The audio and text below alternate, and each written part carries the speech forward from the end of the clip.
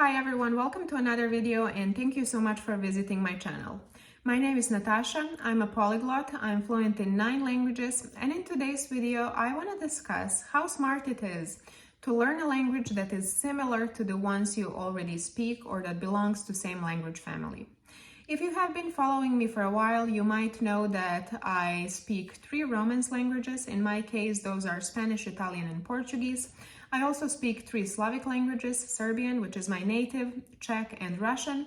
But I also speak few languages that are totally different than these previously listed. So I feel that I'm the right person to discuss this topic because I know that there are both advantages and disadvantages to learning languages that are similar to the ones you already speak. Advantages are very obvious, and I'm not even going to waste too much time on listing them.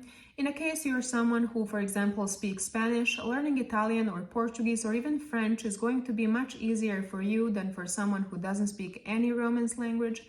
Vocabulary is going to be very similar. Languages that belong to same language family usually share significant part of vocabulary, so learning new words for you is going to be very easy.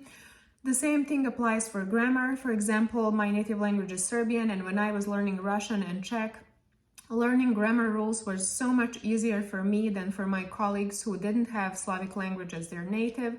So this is also a pretty big advantage.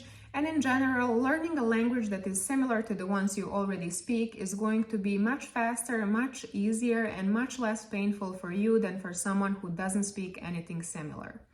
However, something that a lot of people are surprised with and that a lot of people tend to overlook is the fact that there are even certain disadvantages when it comes to learning languages that are similar to the ones you already know, and today I'm going to list those disadvantages. The main disadvantage when it comes to learning languages that are similar to each other are false friends. False friends in linguistics are words that are written and pronounced the same or similar, but they have completely different meaning in different languages. One example would be word embarrassed in English and word embarazada in Spanish, which means pregnant. And keep in mind that English and Spanish don't even belong to the same language family.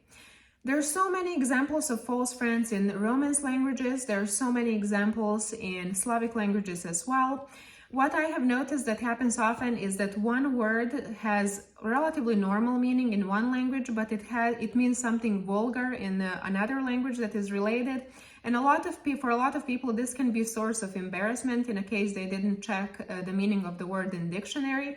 So in a case you decided to learn 2 languages that are similar to each other, don't ever assume that you know the meaning of the word in another language just because you know the meaning of it in the one that you already speak. Always check the meaning in dictionary because 2 things might look alike, but they mean something totally different.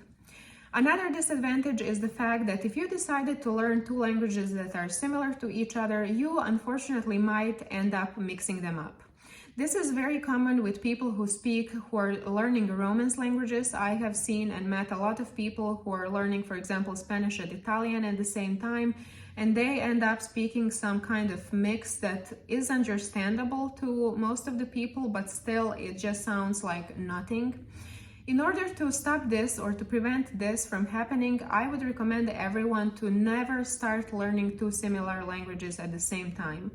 In my case, I already spoke fluent Spanish when I started learning Italian, and I also spoke fluent Spanish and Italian when I started learning Portuguese. And that kind of prevented me from mixing them up because when you already feel self-confident and when you're fluent in one language, it's hard to mix it with another that you're just starting to learn. So in a case you really want to learn 2 languages that are similar to each other, don't ever start learning them at the same time. Instead, give yourself time to master one and then start learning another later. This is the best way to prevent yourself from mixing them up, because I have noticed that nothing makes you look more like a fool or like someone who doesn't know what are they talking about than mixing 2 languages up in a conversation.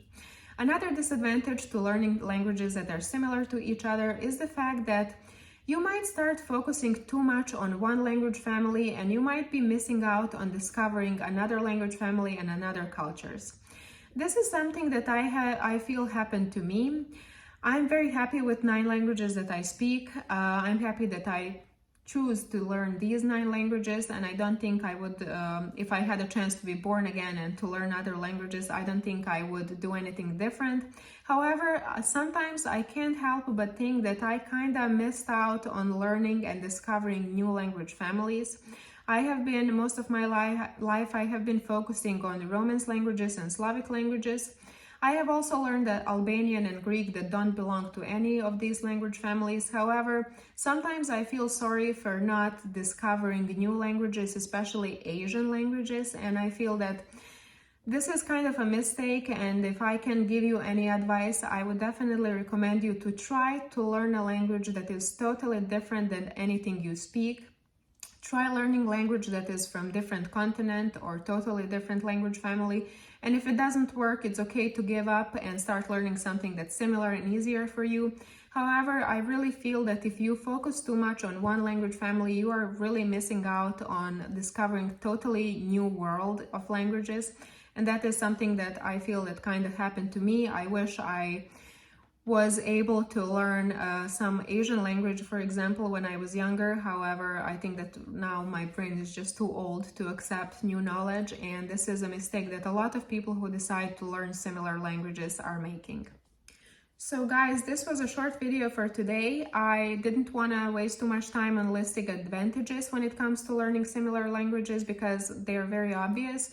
However, I hope I explained the disadvantages in an understandable way.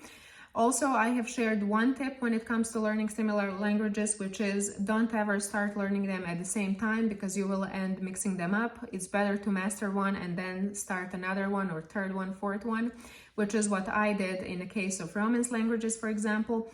And also another tip that I did not mention and that I want to mention now is the fact that if you mastered one language, let's say Spanish, and you decided to start learning Italian, never ignore Spanish and try to make sure not to lose touch with Spanish, because when you learn similar languages, a new language might replace the old one in your brain, and not keeping in touch with the one that you already speak might make you kind of forget it.